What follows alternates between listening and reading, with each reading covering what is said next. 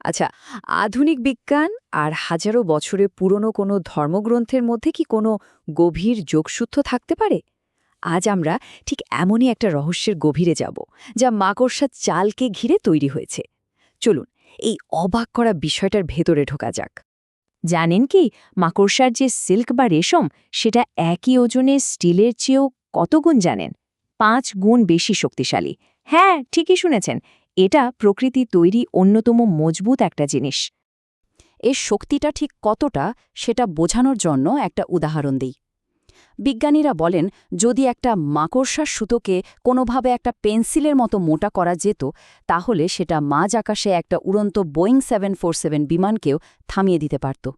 ভাবা যায়, কি অবিশ্বাস্য একটা ব্যাপার। কিন্তু এখানেই একটা অদ্ভুত প্যারাডক্স বা বৈপরীত তৈরি হয়। বিজ্ঞান যেখানে এই সুতোকে বলছে প্রকৃতির অন্যতম শক্তিশালী একটা জিনিস, সেখানে প্রায় ১৪০০ বছর আগে পবিত্র কুরআন এই মাকড়সার ঘরকেই বলেছে পৃথিবীর সবচেয়ে দুর্বল ঘর। ব্যাপারটা কি? কেন এই উল্টো কথা? তাহলে দেখুন, একদিকে বিজ্ঞান আমাদের বলছে এর সুতোটা অসম্ভব মজবুত, অন্যদিকে কুরআন বলছে এর ঘরটাই সবচেয়ে দুর্বল। এই যে দুইটা একেবারে বিপরীত কথা, এর মধ্যেই কিন্তু আসল উত্তরটা লুকিয়ে আছে।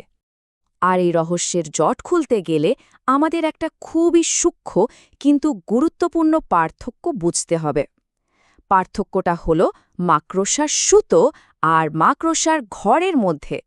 চলুন একটু গভীরে গিয়ে দেখি ব্যাপারটা।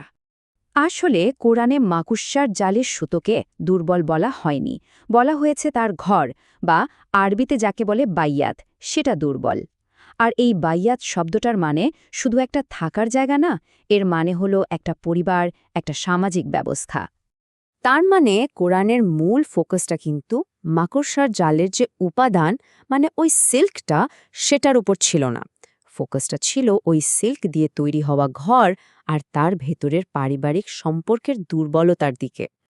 আচ্ছা, তাহলে এখন প্রশ্ন হলো, আসলেই কি মাকড়সার ঘরটা এত দুর্বল? চলুন এবার একটু বিজ্ঞান আর বাস্তবতার চোখে দেখি। একটু ভাবুন তো, মাকড়সার জাল কি তাকে রোদ, বৃষ্টি বা ঝড় থেকে বাঁচাতে পারে? পারে না। এর তো কোনো শক্ত দেয়াল বা ছাদি নেই। কিন্তু এর থেকেও ভয়ঙ্কর ব্যাপার হল এর ভেতরের জীবন। বিজ্ঞানীরা যা দেখেছেন তা শিউরে ওঠার মতো। স্ত্রী মাকড়সা প্রায় মিলনের পর পুরুষ মাকড়সাটাকেই মেরে খেয়ে ফেলে, এমনকি বাচ্চারা জন্মানোর পর খাবারের অভাবে একে অপরকেও খেয়ে ফেলে। তার মানে কি দাঁড়ালো? এই ঘরটা আসলে চরম বিশৃঙ্খলা, বিশ্বাসঘাতকতা আর নিরাপত্তাহীনতায় ভরা একটা জায়গা। এটা এমন একটা বাড়ি যার ভিত্তিটাই হল ধোঁকা আর বিশৃঙ্খলা। তো মাকড়সার ঘরের এই যে অদ্ভুত আর ভঙ্গুর বাস্তবতা, কোরআন কিন্তু এটাকে একটা গভীর রূপক বা ম্যাটাফর হিসেবে ব্যবহার করেছে। চলুন এবার এর আধ্যাত্মিক দিকটা একটু বোঝার চেষ্টা করি।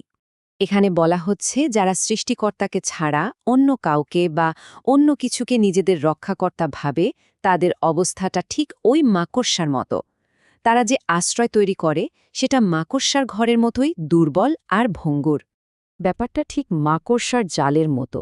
বাইরে থেকে দেখতে হয়তো খুব জটিল, খুব গোছানো মনে হতে পারে, কিন্তু এর ভেতরটা আসলে ফাঁপা, ত্রুটিপূর্ণ আর একদমই অসুরক্ষিত। এটা এমন একটা আশ্রয় যা আসলে কোনো সুরক্ষাই দিতে পারে না। ভাবুন তো, ১৪০০ বছর আগের একটা গ্রন্থ প্রকৃতিকে এতটা নিখুঁতভাবে পর্যবেক্ষণ করে আমাদের একটা চিরন্তন প্রশ্ন করে যাচ্ছে। প্রশ্নটা হলো, আমাদের নিজেদের বিশ্বাস আর ভরসার ভিত্তিটা আসলে কিসের ওপর দাঁড়িয়ে আছে? সেটা কি মাকড়সার ঘরের মতো, যা বাইরে থেকে দেখতে সুন্দর কিন্তু ভেতর থেকে ভঙ্গুর, নাকি তার সত্যি মজবুত আর সুরক্ষিত?